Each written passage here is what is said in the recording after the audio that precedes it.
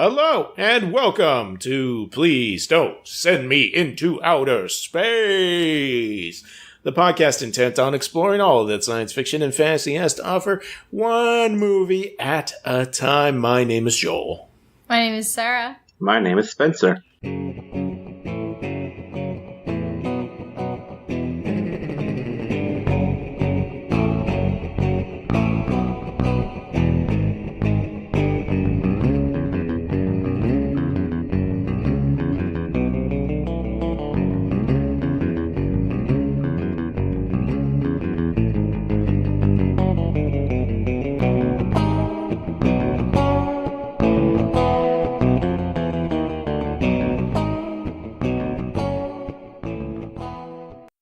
The movie this week is La Morte ha fatto l'uovo, a.k.a. Death Laid an Egg, a.k.a. A Curious Way to Love, a.k.a. Death Trap, a.k.a. Plucked. From 1968, directed by Giallo Questley. Questley? I don't know. I added an L. Yeah. I added an L. Starring Gina Lollobrigida, John Louis Trigan. Oh God, I'm not capable of this. I can't. I'm so sorry, Italy. Anyway, Spencer, you picked this movie. I apologize. Well, Jean Louis is French. Yeah, I figured. And he's still alive and still acting. Oh, good. I mean, he certainly had one face in this movie. Yeah. Or one emotion, I guess. You picked this movie, buddy. Yeah. And you got a special love for giallo movies? Is that what's going on? Yes, I do. I have a special love for yellow movies because giallo means yellow in Italian. And that comes from basically giallo movies were adaptations of the pulpy, kind of cheap, crazy little novels from I think it was the 30s when it started, and the spines were always yellow. So it kind of turned into, when they started adapting these, they kind of just started calling them giallo because they're pulpy and ridiculous. And it was a reference to the books. That's cool. Yeah, I didn't know that. Yeah, so if you're Italian, you probably knew it already. But, this giallo I first heard of on the podcast Daughters of Darkness, one of my favorite podcasts, period. And they did a series on underappreciated giallo, and they talked about this, and their enthusiasm of it really made me want to check it out, and I did. And I was immediately entranced by just what this is, which I'm still not really sure what it is. Us either. we loved it, but at the same time, we were like, what the heck? Well. You didn't love it? No, I did not love it. Okay. I thought it was okay. I did think I enjoyed watching it. I did not think it was, I don't have very much experience with giallo, not giallo. Other than, say, Suspiria and the movie that we covered for this podcast. What was that one called? I don't say Tenebrae, but that's the one with John Saxon. Jennifer Connelly. Yeah, Phenomenon. And, of course, my personal favorite, giallo, which is the Bloody Pit of Terror, starring the Crimson Executioner, which this movie reminded me of. Oh. Because they, those other two, Suspiria and Phenomena, are like that dubbing over them. I never realized how good that dubbing was. In Death Lays an Egg, the dubbing is just... I don't know what the actors must have been actually saying, because what these English people were saying was like the most mundane, stupid conversations, I swear. Yeah, it's kind of real dicey when it comes to giallo of, will this be good dubbing, bad dubbing, or will it be in Italian? And usually you kind of get one of the two dubbing. We were talking about Django before we were recording. That's what it most reminds me of, the first Django movie. That dubbing is so god-awful. Yeah. And on that note, Questy directed a couple of the knockoff movies. A couple of the Django knockoffs? Yeah, he did... Django Unchained? Sure. He did, I think, 2 or 3 of them. Cool. And, so... if the listeners aren't familiar, the Django was a crazy spaghetti western that kind of was so popular that in Italy they decided to make sequels to them, but the sequels have nothing to do with them, and they're it's just related in name only. And the main actor looked like Franco Nero, but was never Franco Nero except for like maybe 3 movies. Yeah, well, sometimes it was Franco Nero in a movie that was not, when he was making it, was not called anything Django, and then the company changed it to Django afterwards. Yeah. Yeah, it reminds me of the Bruce Lee knockoff movies after he died. I like Bruce Lee, and there are like 5 other Bruce. Yeah, Bruce Lee spelled with an I. Yeah. Yeah. Bruce Ling, I think, was one.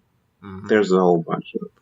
Cash in on it. Yeah. What did you like about this, Sarah? I want to know why I liked it. Why have you gone egg crazy, as I'm going to call it? This movie was really weird. I didn't know if we were in for another doppelganger type situation. You never know with Spencer. But I really am glad you picked this one, because I like to be surprised, and this definitely surprised me. I don't know. I think visually it's really great.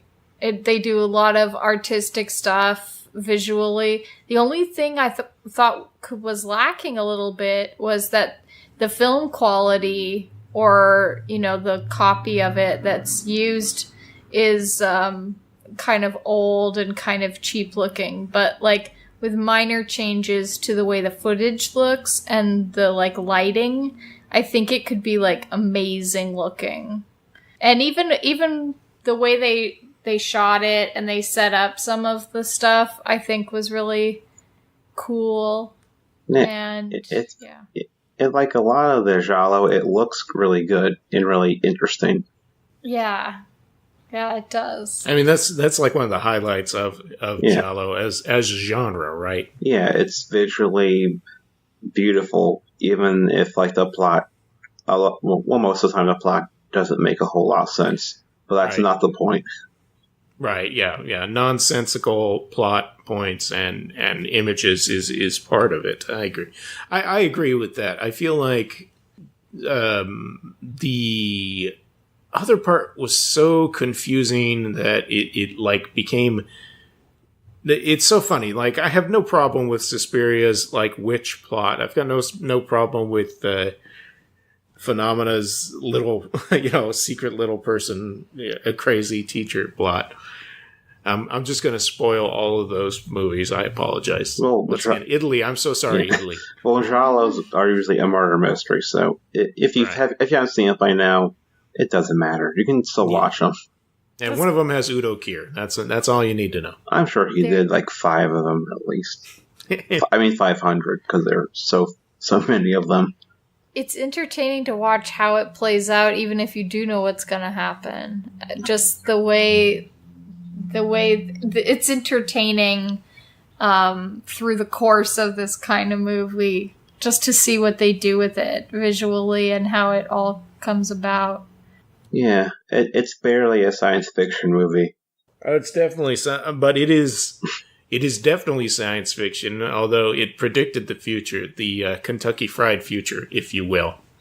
Mutating a chicken born without a head or feathers or wings. That's perfect, ground it up into the meal. Yeah, I guess.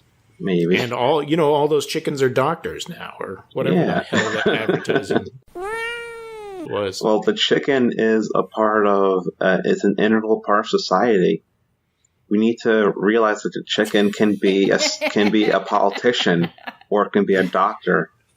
People don't realize how much chicken could fit directly into their lives. It's part of modern life, and Yeah. the sooner we realize that, the better our society will be. Yeah. Chickens are the way of the future. Exactly. And They should have done like a sabotage plot line where the beef council was trying to infiltrate the group or something. Somebody else. I wouldn't be surprised if that was a part of the draft of maybe like some rival meat association trying to get involved. I think my problem stems from the very beginning, because in that opening part where it's like a series of shots of different people at this hotel, like I didn't necessarily need to know who was going to be the main character, but what I thought happened was that the main guy was at a hotel for some reason, and he like went out or he was like listening and hearing somebody getting murdered. Yeah. But now I think, wait, he was the one who was doing the fake murder? I'm not sure. Okay, so the guy Marco, who was married to the woman that owns a chicken company, he hires prostitutes to fake kill them, right? And I guess have sex with them when they're fake dead. Yeah, I'm not sure about that part. It's unclear. I know that's what's going on later, but in the very beginning, who is the person who? It's the police. The police are onto him because they think he's killing women. The police are the people who are in the very beginning murdering that woman? No. No. That was a fake murder in the beginning. Right, but was it him doing the fake murder, or was it him listening in and then seeing it through the window? It was the police listening. The other guy. Oh, that was okay. So it was him doing the fake murder, but it was a police officer who was like listening in through the vent. Yeah, it's the police because they think he's killing women. When who cares if we spoil it? There's a big reveal at the end where a couple prostitutes say, "Oh, he killed me a couple times last month. He's such a gentleman." I didn't think that was even like that didn't come off as a surprise when like those other people find out about it, because he's obviously not murdering that one lady. Even the neck thing looks fake, but you know, he like takes out the lipstick and he's like marking her with it. Yeah, it's his weird. I'm trying to say weird, but it's his thing that he likes for whatever reason he likes. I don't think he's weird, but I think that the person who wanted to put this in a movie is weird. No, I thought it was the other guy. I thought that the guy, the one who that is involved, joins the advertising team or whatever. Yeah, I thought it was that guy. No, he did kill the wife at the end. Yeah, and he's in it to win it with Gabrielle. Gabrielle, yeah. The actress plays Gabrielle. I can't pronounce her name, but she and Jean-Louis were in another giallo the year before called Deadly Sweet, directed by Tinto Brass. That's pretty good. Wait a minute. So okay, sorry listeners. The guy that's married to the woman who owns the chicken company, she finds out he has a hotel room? The Colonel.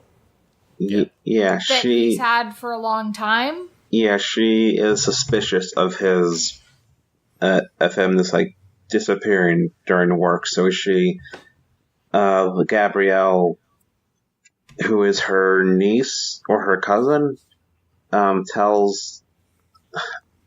It's complicated. Tells, I forgot where I'm going with this. The other guy? Yeah, she's involved. Tells the other guy? Well, Gabrielle tells Anna, who is her aunt, that she saw Marco at a hotel room. Right? At a hotel with a prostitute, is that the case? Yeah, because she's also having an affair with Marco.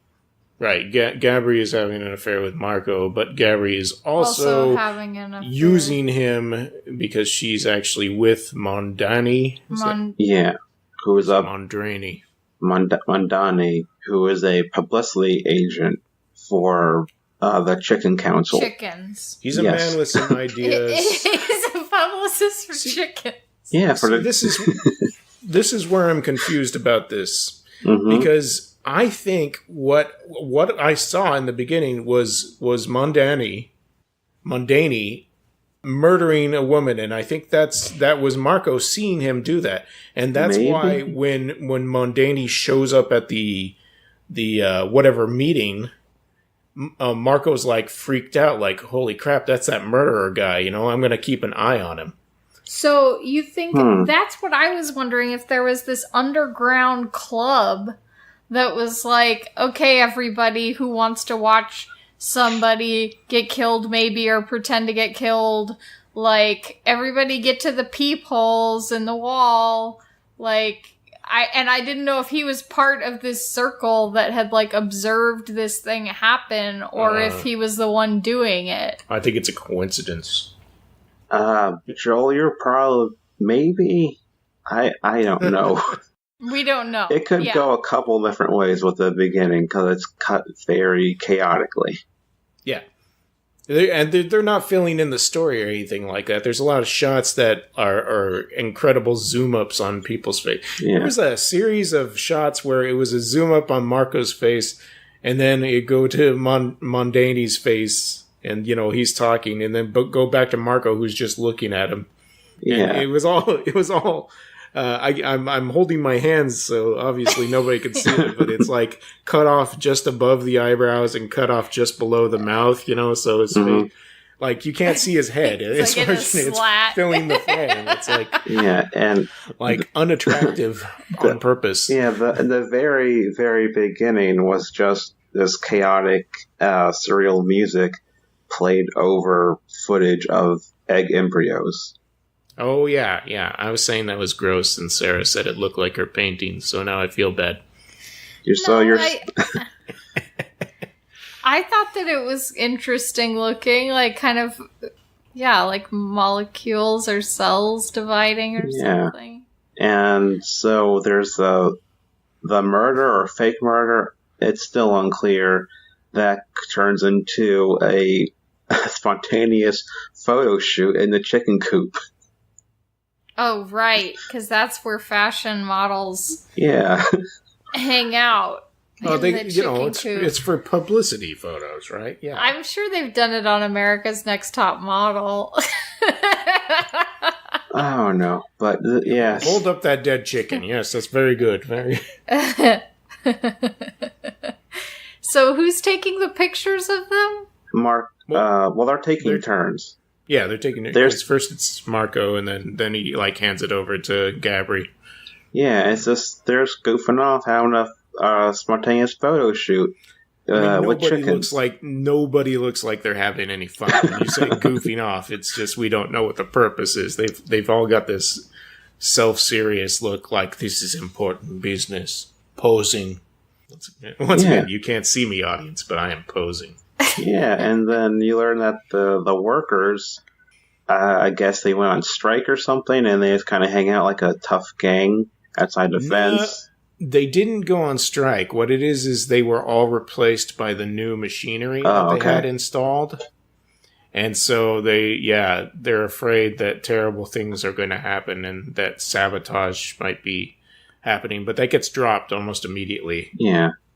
This feels like you're jumping into a cold pool of water. Like you're seeing somebody get killed, we think, in a hotel room. Then you're suddenly in a chicken coop where everybody's running around taking pictures, and then next thing is a crowd of workmen yelling at them like they hate them. Yeah. And don't forget the adorable dog. Oh, the doggy! That doggy was a friend. I liked him. Yeah, let's not say a name of the dog. Oh, I don't know the name of the dog. It was Blackie. Oh, okay. Oh. He had a black coat. Yeah, that's the name of the madam on Twin Peaks, too. Oh, yeah, that was... I don't like that element of the old Twin Peaks. No, I understand. It's weird. She has an eye patch. Leave her alone. Yeah, so does Nadine, but Nadine's cool. I'll be the judge of that. No, her going back to high school is pretty cool. No, and dating that's the worst part of the. I like all of season 2. Deal with it. Oh, you're the one. I kind of do too. You guys go get a room and watch Twin Peaks season 2 together. Fine. I like season 2 a lot. I don't like it as much as season 1, but I like season 2. I like the world. I didn't say I didn't like season 2. I just don't like certain parts of it, like Nadine. Whatever. So, the dog, Joel and I both thought this was a big dog, and then we saw it chasing after the chickens and realized it was a small dog. Yeah, it's only slightly bigger than the chickens. Yeah, it's like the size of Freya. It's a little dog. Yeah, it's pretty cute. But not nearly as fast as Freya. Freya would have run out the building by then.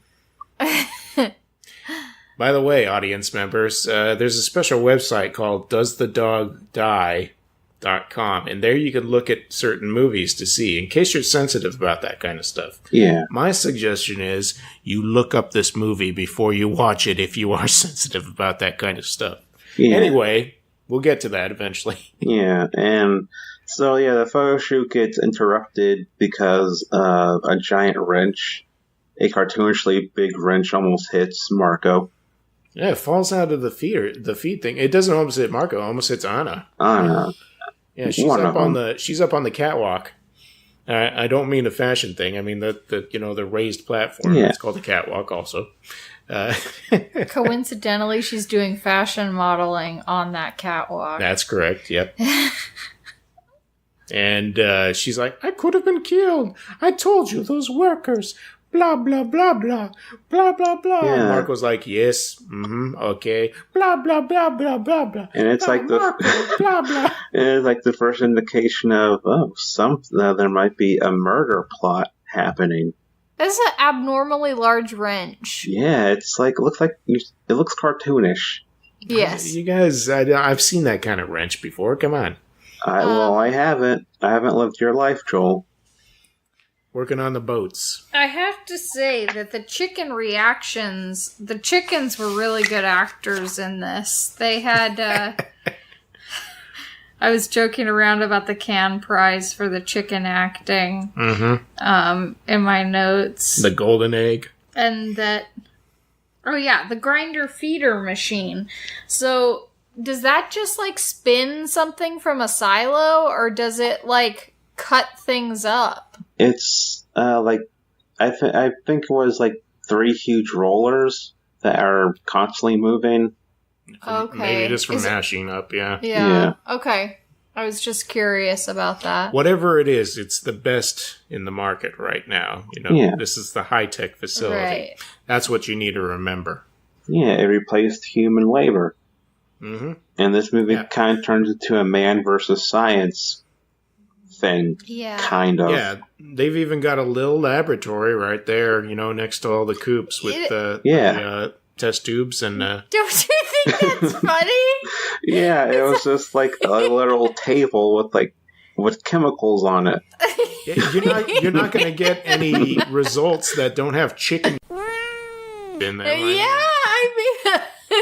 The debris of the coop was just flying into whatever they had there. The scientist is even I can't get the results I want. I always get different results because your environment is disgusting.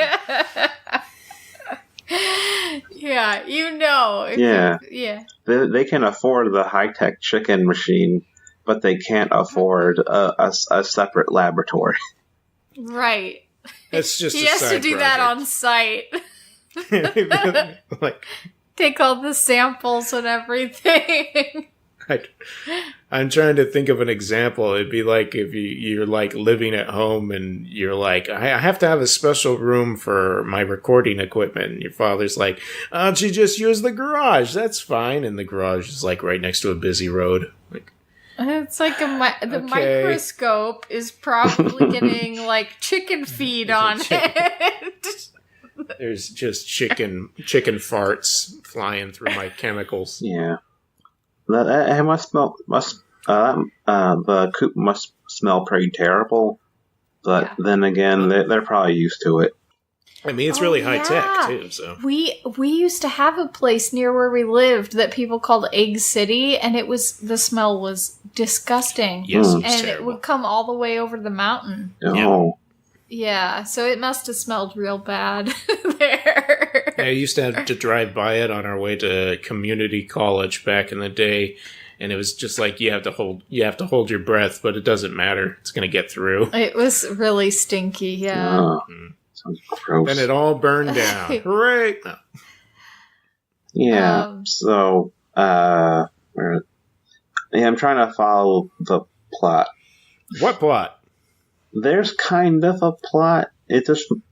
I can tell you one thing that's going on. The next plot point that we really need to talk about is Marco is. There's one thing you can count on in this movie, and that's shots of women's bellies. There's a lot of ladies taking off their clothes or wearing bathing suits, and they're always talking about their bodies and stuff like that, or the other person's bodies. Really weird. And it's almost almost as disturbing as like the close up on the faces. For some reason, we're just sticking around the panty line there.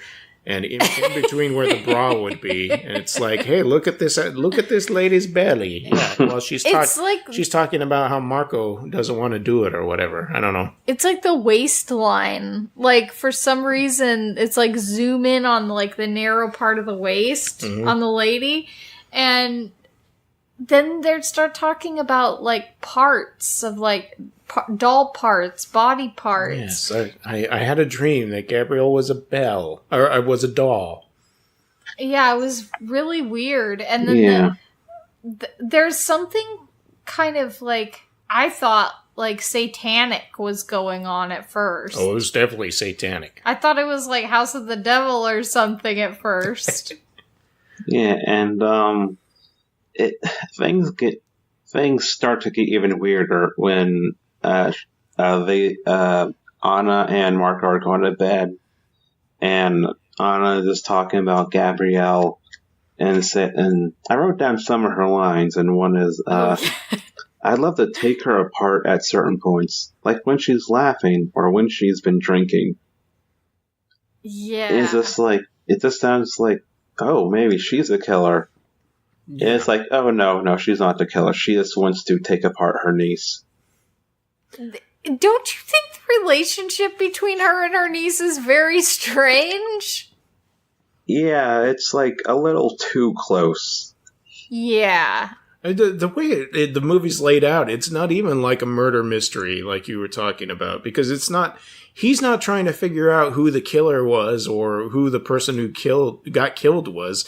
It's like he stumbles onto things, and then he kind of like because he figures out that woman that he thought he saw murdered, the Elizabeth Taylor knockoff there, was not actually killed, because he sees her walking while he's like walking down the street and kind of stalks her for a little bit. I think it's more about his obsession with figuring out why somebody would do that until it becomes like a fixation of his own. Like, now I'm into this, fake killing a woman thing, and somebody decides to use it against him. Yeah. But there's also chickens. Yeah, that's about the chicken industry. And so they get publicists that Marco does not care for, and he has an ad campaign idea for them. Well, he's got a pretty good idea. I mean, this sold me on chicken being an essential part of life. Yeah, I mean, there's like a chicken wearing a smoking jacket. Yeah, it's like there's a chicken with a stethoscope, right? Yeah, that chicken is a doctor. And these aren't even like, I'm not talking about like an animated chicken. It's like a picture of a chicken, and then a very large stethoscope going up to the chicken. It's like somebody took clip art. Yeah. And made some like some new what is that Art Deco kind of thing going on, or mid-century? That like minimalist style of poster making. That's modern. Modern images. Yeah. Yeah, and the publicist, I love some of his lines. One was, in the past, we used to think of the chicken as not much better than a country cousin instead of an integral part of society. And now we want to try to conceptualize the chicken as the principal actor in the drama of modern life. This is serious stuff. Okay. And and then he has a chicken as an engineer, a chicken as a doctor, as a businessman, as a soldier. And it's just like, what? Why is this here? Is us. What are you? Yeah, it's I was scratching my head. Well, the thing about it is like everybody except for Marco is like, oh my god, this guy's a genius. Great idea. Yeah. It's exactly what we wanted. This is what I feel in my soul, and you've put it into words. Marco, why didn't you think of this? Oh, yeah. And Marco is upset that people will mix up humans and chickens by the artwork. Because they're doing two things that are too human. Yeah, what is this? Some sort of crazy world? Well, people are going to think a chicken can drive a car. Honestly, I mean, this is completely silly, but in my real life, I do feel bad for eating meat. And I've tried to stop a couple times. Well, certainly, but we're not having that discussion. Right. But I'm gonna say that on this point, to think of chickens as being more like humans may make people want to eat them less, is what I'm saying. Do I need to start talking about cannibalism again? Because I'll get into it. Let's just bring this out. No, thank you. No, thanks. Yeah, so immediately you get the feeling of like, oh, this guy's going to stick around, but I wonder why. Oh, he wants to keep his job. Yeah, exactly. He's a publicist. It's his job to, work on an ad campaign. Now, would that campaign work on you guys? Like seeing like a chicken as like a part of modern society, like as a doctor or a soldier. This came out in '68. It must have worked because chicken is an integral part of my life right now. Now, no. Joel, do you respect the chicken? I do respect the chicken. In fact, I admire the chicken. Okay. Now, is the chicken, in your view, the principal actor in the drama of modern life? Now that you say it, I just, it's not really modern life without the chicken. So, yes, of course. No, I don't think this ad campaign would work on me. Sarah. In fact, I don't know what ad campaigns would work on me anymore because I don't like advertising at all. So I kind of, I mean, if I want something, I want it. If I don't, I don't. It kind of doesn't really depend on the way it's advertised to me. Yeah. We've basically been living without cable for about 6 years, so we don't really see advertisements anymore. Okay. Except for on the computer. Yeah, and those are all advertisements trying to get me to click on boobs for some reason.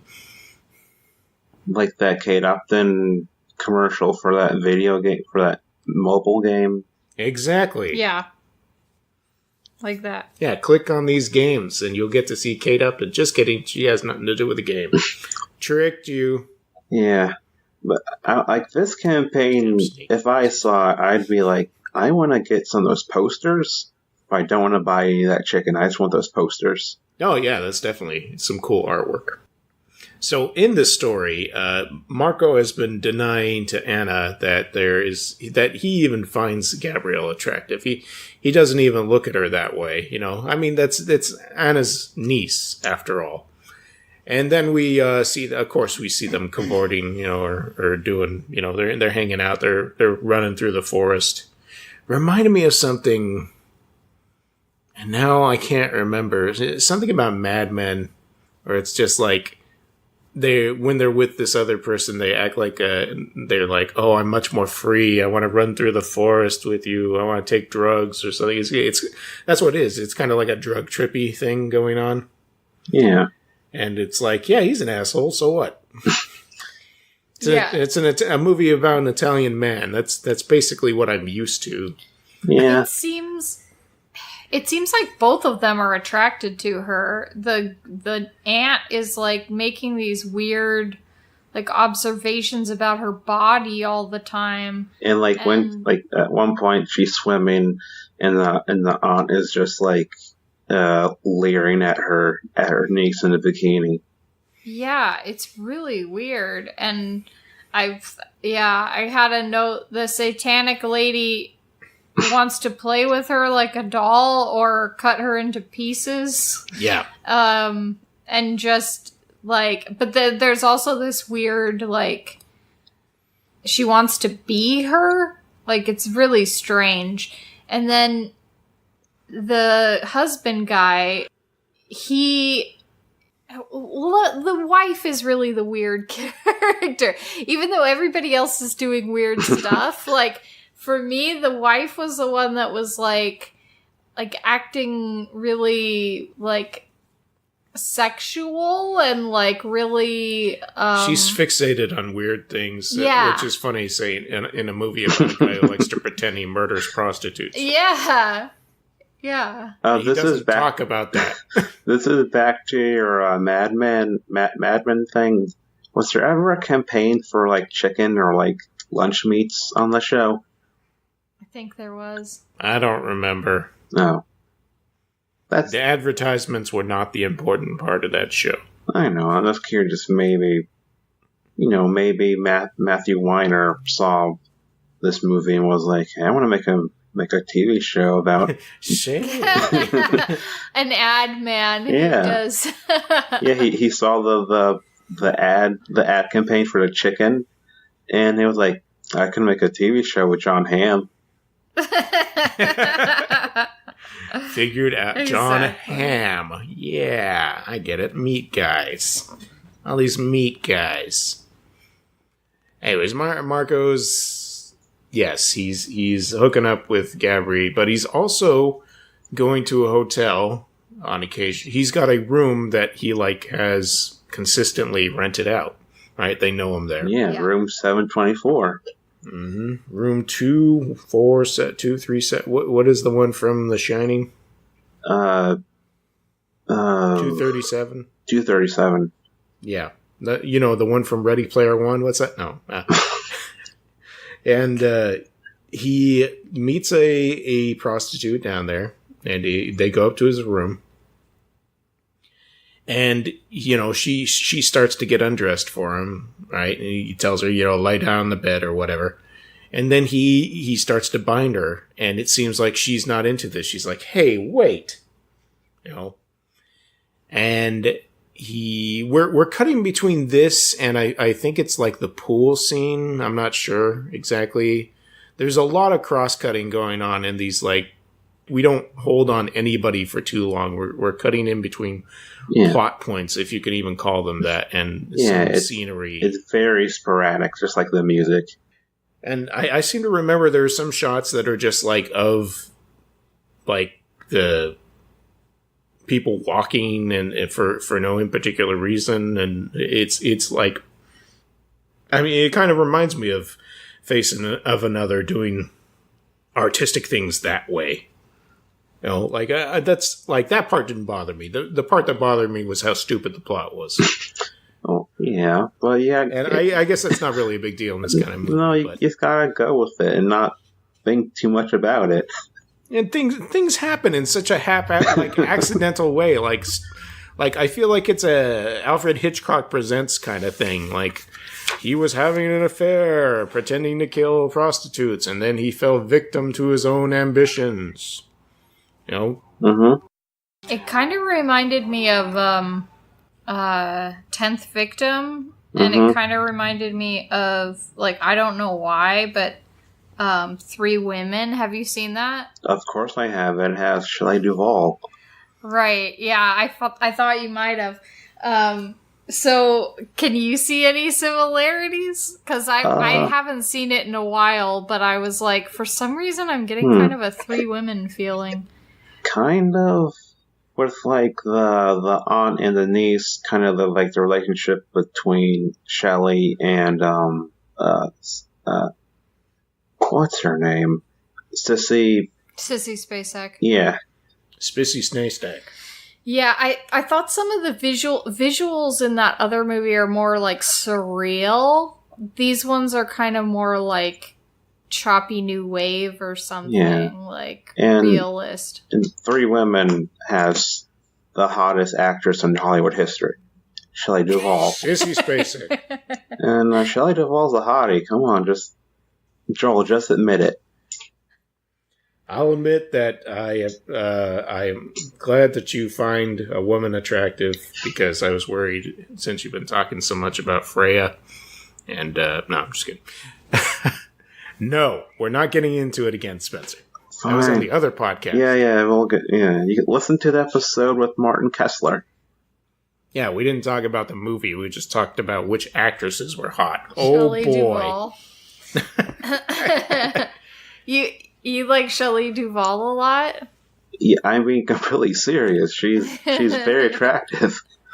I used to watch Fairy Tale Theater when I was a kid, and and some other stuff she was involved in. Yeah, I don't want to go down this road. We need to focus. Okay. So let's go back to this chicken experiment thing. We talked about this lab table. Yeah. I'm not exactly sure, once again, because the plot is so mixed up going, there's a bunch of, like, events that happen that don't necessarily have anything to do with anything. So let's just skip to the actual science fiction part of this. Okay. Yeah. So on this lab table, by the way, I forgot, there was a part where Marco woke up in the middle of the night and he went over to Gabri's room and she wasn't there. So he went downstairs and started walking around the chicken and for some reason looking for her, and he thought he heard a sound and there was nothing there, So while he was doing that, he knocked into some things on this lab table that we were talking about earlier. And the scientist dude, who we know he's a scientist because he wears a white coat and he's got glasses. Yeah.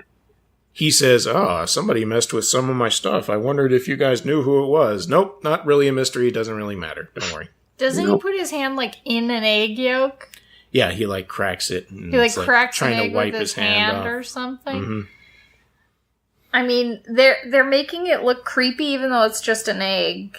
But it is kind of creepy at the same time. It's in the middle of the night and you accidentally put your hand in an egg yolk. Yeah. Oh, God. Yeah, that'd be kind of gross.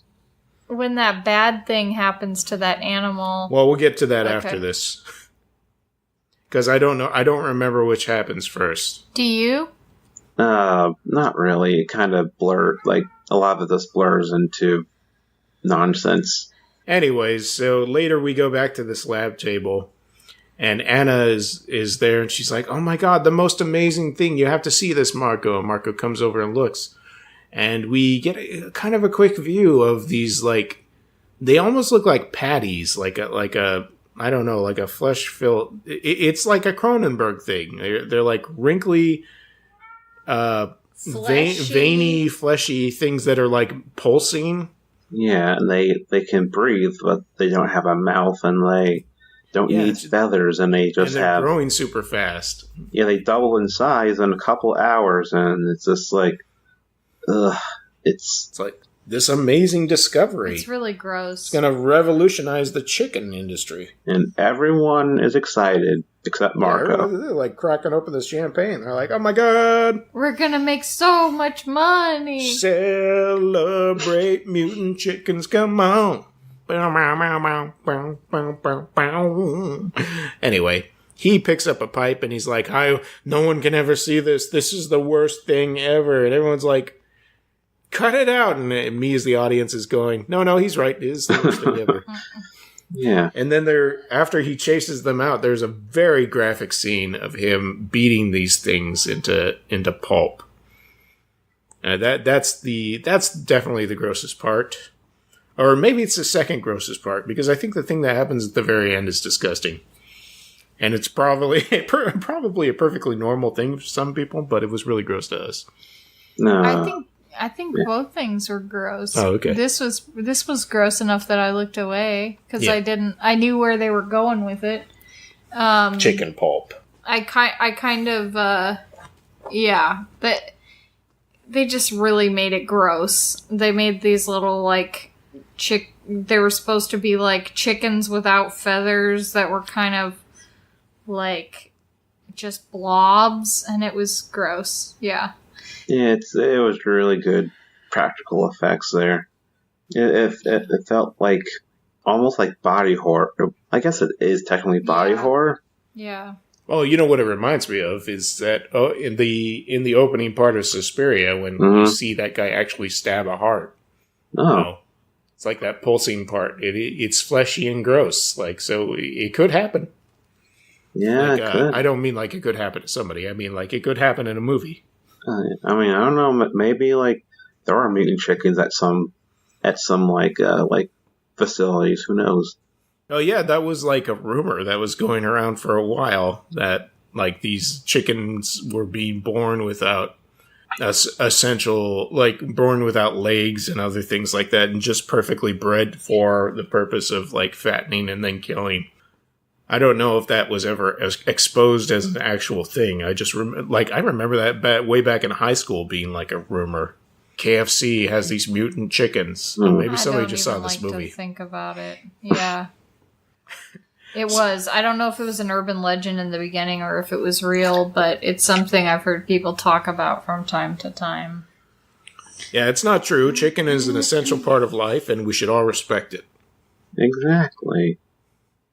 So the other thing that Sarah was hinting at that happens is you got that cute, adorable little dog, and he's running around right there. And Marco's stomping around the chicken yard looking for something, and the dog runs up on top one of the catwalks, as you know, he's barking his little head off, and he like slips, and Marco's like, "Oh no, Blackie!" Right? He says, "Yes." Mm-hmm. And Blackie falls into the grinder thing. Just awful. It's just a thing that happens, and it's basically not commented on. Yeah, I totally forgot about that scene. There's dog paste, and it's like, I mean, I guess the entire purpose is like to give Marco an idea of something he can do later. Yeah.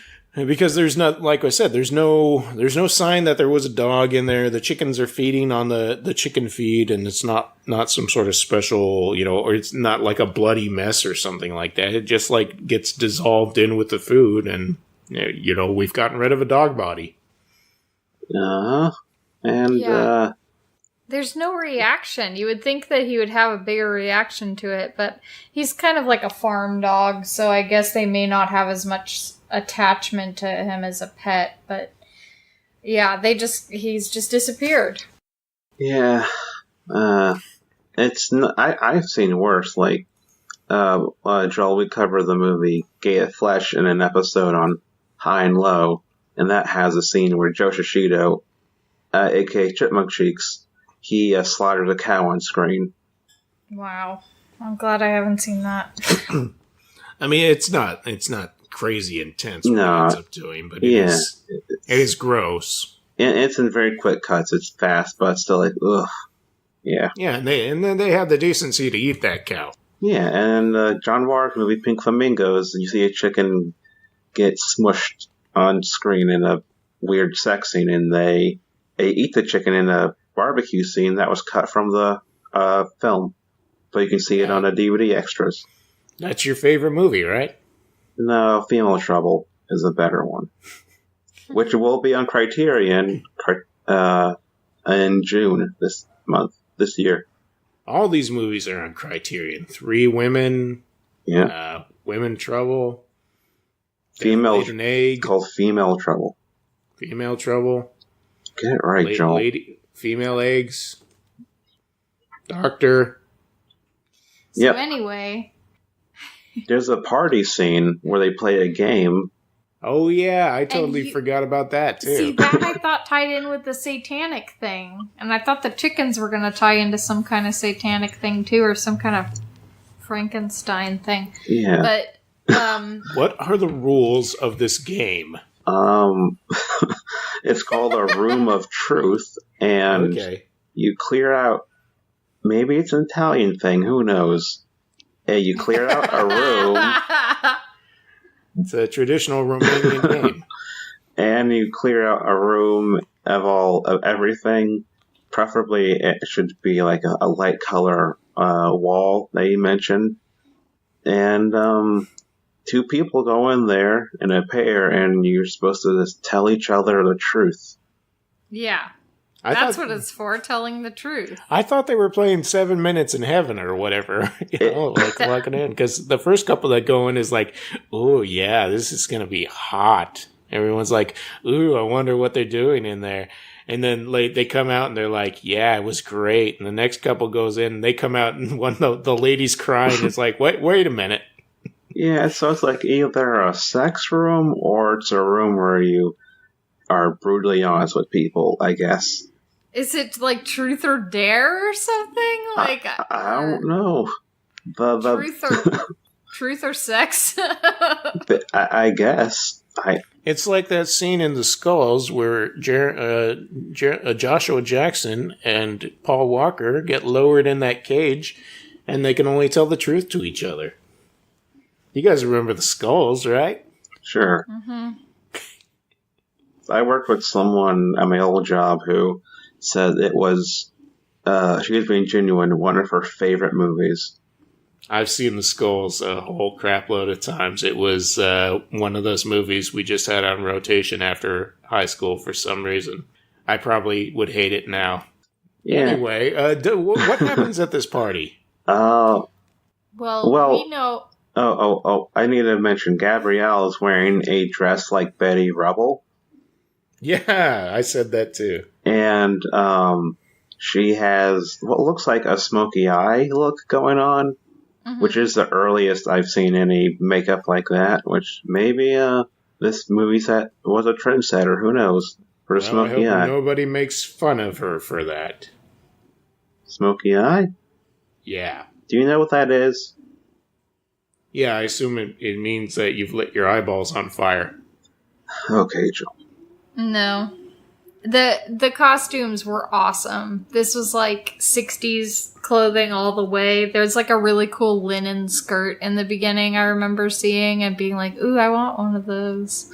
And then there was like really cool just like lingerie and stuff of the 60s, like, and different like little dresses and stuff that especially that Gabri gets to wear. Yeah. The actress, she was a model and beauty queen, and she was 18 when this came out.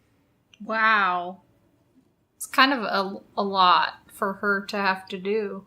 And the previous movie she did with Jean-Louis Marco, she and him like hook up, and she is the killer the whole time and kills him at the end. That's cool. It's more logical, but it's not as ridiculous, but still pretty good. So the party, we kind of know that what is her name? Gabri is involved with the other guy, the ad man. Or at least that's what Marco is starting to wonder about, because they're like talking to each other. Yeah, he sees them talking and he's immediately suspicious. The power goes out or something, doesn't it? Yeah, I think the ad man turns off the power to mess with Marco. Yeah, it's just a bunch of things. Yeah, it's happen. Yeah, Marco. We get the plan laid out. Marco and Gabrielle are in cahoots together. They're gonna. You mean the ad man? Sorry, Mondani, and Gabrielle are in cahoots together. They're gonna set up Marco and take out Anna. Marco has already said that he wants to possibly take out Anna so that he can inherit her fortune since she's the one with all the money. But Gabrielle is actually in cahoots with Mondani. I just like saying cahoots, I guess. Cahoots? Yeah. And around this time, Marco, he storms out of the chicken organization because he killed the meat chickens, and everyone's upset. Oh, and he should be fired. Yeah, and he goes to someone's office, and not sure if you noticed, but they are filing cabinets full of chickens. Oh yeah, that's right. The person had a bunch of chickens. He's like, oh, they really pecked my hand. Yeah. I don't know why. Because you're keeping them like that. They're literally in the file folders that you'd see in an office. Just 20 of them, and I can't help but think how awkward it must have been to get those chickens in there. How much of experiment source number 13? Yes, I filed under C for chicken. Just I imagine it must have fought and pecked and clucked and tried to fly away so much, just trying to stuff them in there. I guess it depends on the chicken, because during that photo shoot earlier, the two ladies are both holding chickens, and those chickens just seem like whatever. Yeah, they're pretty good chicken actors. The other ones aren't so great. So he's out. He decides to go back to his. Oh, by the way, Anna and Gabri are building up this animosity for Marco, and they're saying things like, "I want to catch him in the act. I want to know exactly what it's like." So they're Anna's she straight out says, "We can pretend we're prostitutes." Oh yeah, she's like, "Let's go see the whores and pretend and play like we're them." And we'll get some really nice underwear. Yes, we'll get underwear. Let's go play like we're whores. And so they do. They watch them. They hang out in the bar. There is one part where Anna goes up to the bar with a cigarette and is dogging one of the prostitutes. Do you have a light? She's just looking at her. What are you doing? These ladies. This is their territory, first of all. It's she has animosity towards them because she doesn't know which ones her husband has been involved with, if any. Right. Yeah, and Gabrielle, she says, before this scene, lingerie is important too. Your bra and panties are almost as important as what's under them. Yep. It's a real educational film. It teaches you about chickens, about prostitution. The scenes where they're talking about the party game, and the scenes where they're talking about becoming pretending they're whores, are both really just the way they talk to each other is so. The dubbing and the conversation is so funny. It seems like they don't. Yeah, it doesn't seem real. Yeah, it doesn't. It's pretty bad. And I want to see a version of this with that's in Italian with subtitles. Yeah. I don't know if that's actually going to improve it, but yeah. I don't know if it even exists, to be honest. It's got to be coming soon. They've been making so many obscure movie Blu-rays and things like that recently. There's a Blu-ray DVD release of this. That's I can look up who did it. I don't think it's Vinegar Syndrome. It's one of the other ones. I'm pretty sure. Arrow. Is it Arrow? I don't know. I gotta look it up. I'm looking right now. Continue with this story. All right, so Gabrielle and Anna are pretending to be whores, and Marco comes by the hotel, and he sees them. He's like, "Oh no, they're on to me!" And he kind of leaves and does something else. And that. Wait, okay, I wasn't listening. Sorry. The name of the company that released the Blu-ray is Cult Epics. Oh, okay. I have one of their DVDs. I have a Vampiros Lesbos. Oh, good. Only the best. Yeah, it's kind of hit or miss with them. Of course. Yeah, so he's afraid that they know what's up, and around this time, is it when the other guy is in the room, killing somebody? Yeah, the ad man kills his wife, kills Anna, and the ad man, he decides to frame Marco, and so he leaves the dead body, and then he tells the what do you call that guy? The guy at the front of the hotel, concierge or whatever, tells him, tell your client that he has a woman in room 724. So he goes up there. Marco goes to the room, sees a dead body, and he decides to hide to get rid of the body because I thought it was Marco is going mad and thinks he killed her. Yeah, I mean that's part of it. Sure either. Yeah, he certainly panics rather than calling the police. He was but the police are for her to be dead soon. That's true. Yeah, so he has a motive, and the police are on their way because the ad man did call the police. Right. Yeah. So he takes care of that, and the police do show up, and they're like, "Oh, we heard that there was some lady get murdered in room whatever," and then all the prostitutes are like, "Yeah, I got murdered there last week. Oh, and I got murdered there twice." Yeah, he's a real gentleman. Yep. The cops are like, "Okay, it's BS. Let's get out of here." Just like cops. And the one cop's like, "No. We need to at least investigate. You know, he's the boring parent." And Marco goes to the machine and decides he has the body, and he decides to jump in. Wait, no, that's not what happens. Oh, wait, he falls in? It's not him deciding to jump in. That's the part that's crazy. Oh, he drags the body up there with the intention of dumping it into the feed thing. Dump it. And I don't remember if this was referenced before. I think it must have been referenced before this.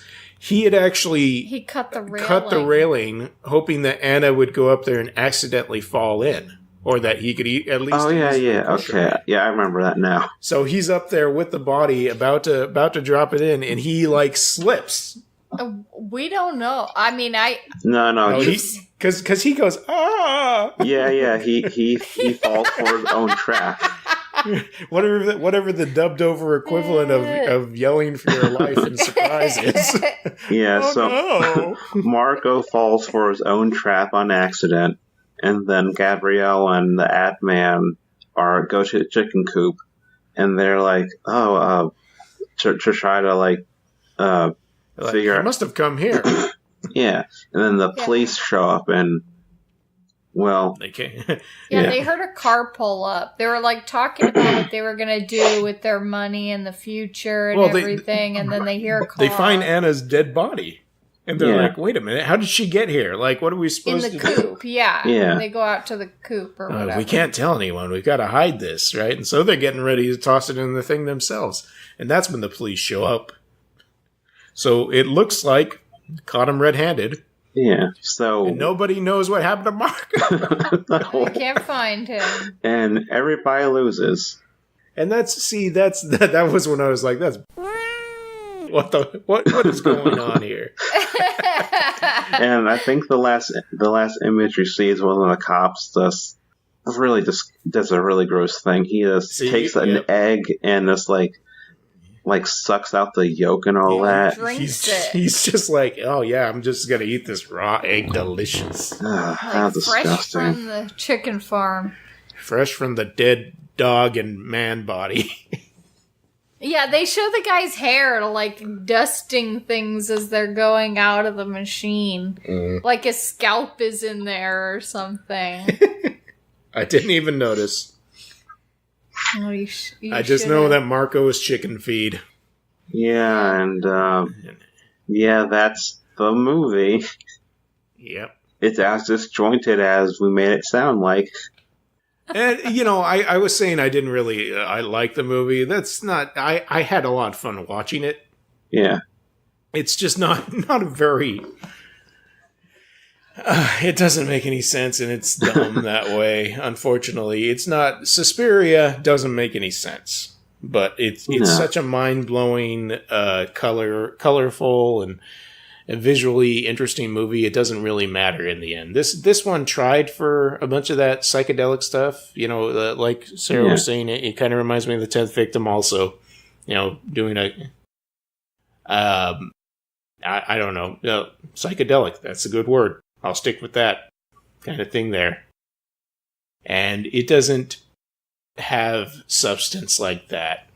I think with the whole chicken thing, I think it's trying to comment on like Italian economy or something at the time, because it feels like why would you pick just like an industry, like that specific industry exactly? It feels like if you knew about like Italian society and like the politics at the time, maybe it'd make more sense.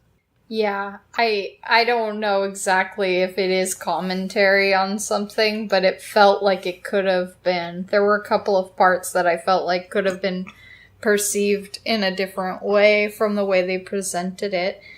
But it's definitely, like, at the end, like I was saying, Joel is just like, this isn't right. But I was surprised by it, and I liked it that they were able to kind of, like, I didn't know where they were going to go. It was so random to begin with. Like, you kind of didn't know what to expect from it, and I thought that it was entertaining to watch. Not that it's one of my all-time favorite movies. No, it's already on the list. But I liked it. And I would like to see more movies like it. It's a story of lust, greed, and poultry. Yeah, it's a really one-of-a-kind experience, this movie. It's just so... Well, either way, I'm glad you picked it, because I don't think... I don't imagine I would have watched it otherwise, so thank you. Well, you're welcome. And a fun... I wouldn't say fun, but there's another crazy giallo a couple of years after this I really like, from 1970, called In the Folds of the Flesh, that you can only watch on Fandor or buy at a DVD, which is like $40. That is kind of falls in the same complete nonsense, but it's a little darker, but it definitely kind of is like in the same vibe of like this weird, chaotic story. And then there's like hundreds of other giallos that you guys and the listeners can look into that other people. I'm not qualified enough to talk about giallo, I don't think. But yeah, it's the whole giant genre of stuff. Like, Suspiria is a great place to start, really. Yeah, absolutely. That's the litmus test, if you're going to enjoy this kind of stuff or not. If you can't enjoy Suspiria... Probably not. Yeah, you probably shouldn't explore the rest of it, because it's very stylized, it's very particular. Yeah, the plot doesn't really matter. And women are usually being brutally murdered. Yeah. I mean, if you want to watch a really good giallo, check out The Bloody Pit of Terror. Or check out Tenebrae, the Argento movie. Pit of Terror. I get John Saxon in a Argento giallo, and it's pretty good. I just saw a movie with John Saxon in it. Well, he's in Reluctant Debutante. Well, he's been in a lot of movies. It had Rex Harrison in it. Oh, he was John Saxon was like the heartthrob. Really? Yes. I need to see that. Yeah. It was actually very entertaining. It's on Filmstruck, I think.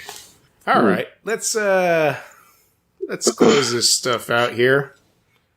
Talk about some no lessons. Lessons. Yeah, I was trying to remember. See, my brain has been fried. You're in the high and low mode, but we're doing the please don't mode. Yeah. You're entering a world of high and low. I mean, I have a pretty good lesson. Well, that's good, but let me read this outro stuff first. Sarah, think of a lesson. Okay. All right. Hey, listeners, if you have suggestions or comments you want to send to us, send our way, send towards evil stuff. If it's anything bad, send it to Spencer. Otherwise, send it to pleasedon'tpodcast@gmail.com or message us on Facebook at facebook.com/PDSMiOS. Hi, bud. Anyways, If you listen to us on iTunes, or you have the ability to access iTunes, or you know what iTunes is, we'd appreciate it if you went on there, left us a star rating, 5 stars preferably, 3 stars if you hate us. Definitely nothing below 3. Check out the other podcasts on our podcast network, including such podcasts as Beckett to the Future, which is a chronological journey through the TV show Quantum Leap. Very enjoyable podcast. What else have I been enjoying recently?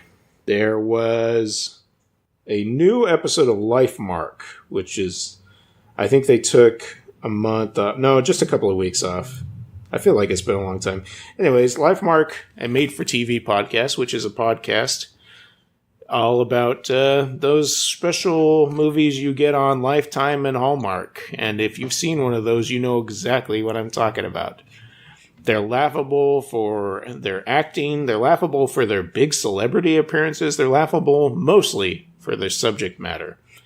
And if you don't know what I'm talking about, I suggest you check out their latest episode number 74, on the movie My Husband's Secret Life, a.k.a. Sleeper. And you'll get a feel about the crazy, crazy crap that just gets made into these hour-and-a-half long specials on that channel. Anyways, Life Mark, made-for-TV podcast. All that stuff is available on eartrumpetaudio.com. All right. Spencer, I'm dying to hear this lesson. What is this lesson that you thought of? Oh, it's very, very simple.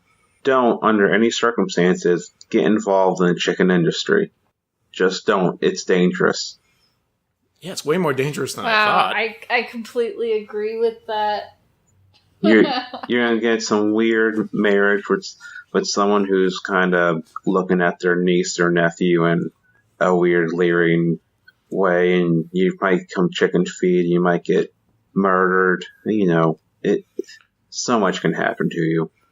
Also, how can you take your bosses seriously when they're like, we want the chicken to be like that brother you never knew?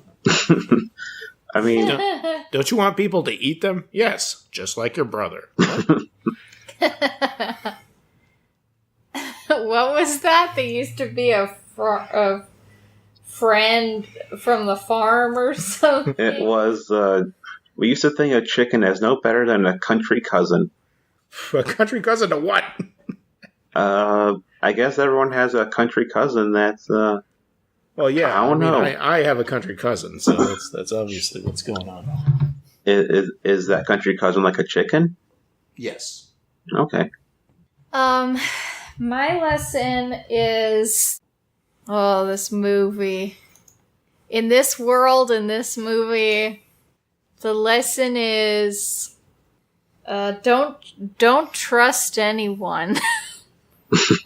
Don't trust your aunt. Don't trust your husband.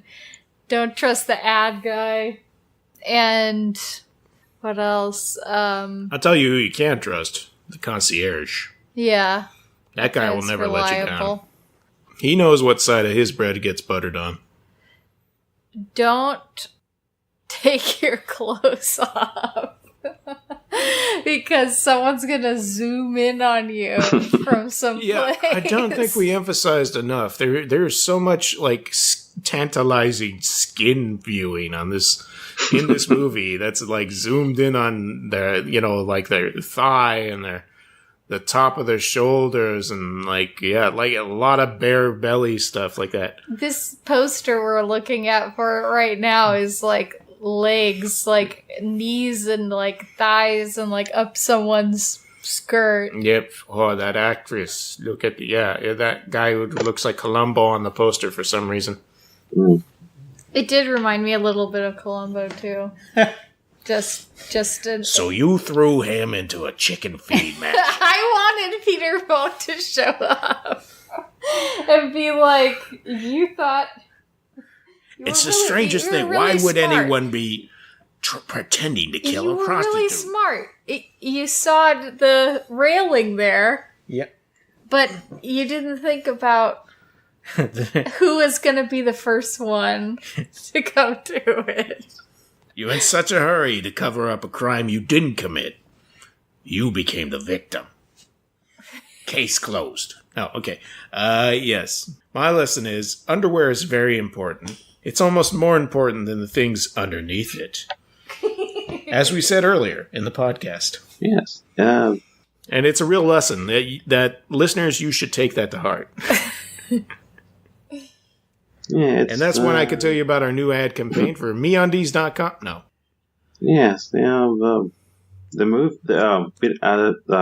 movie is on Amazon Prime.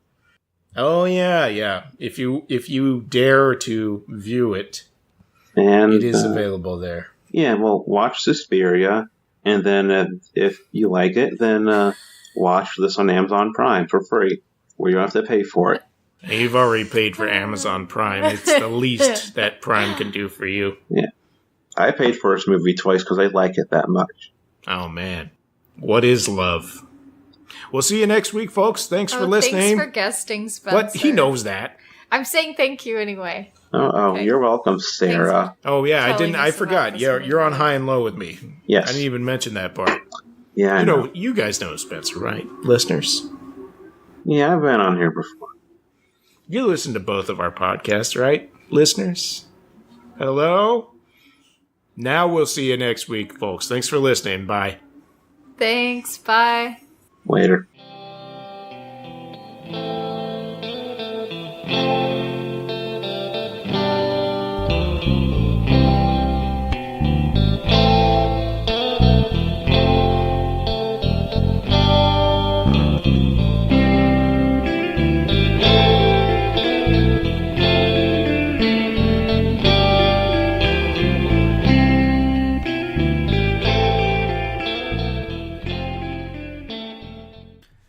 eartrumpetaudio.com.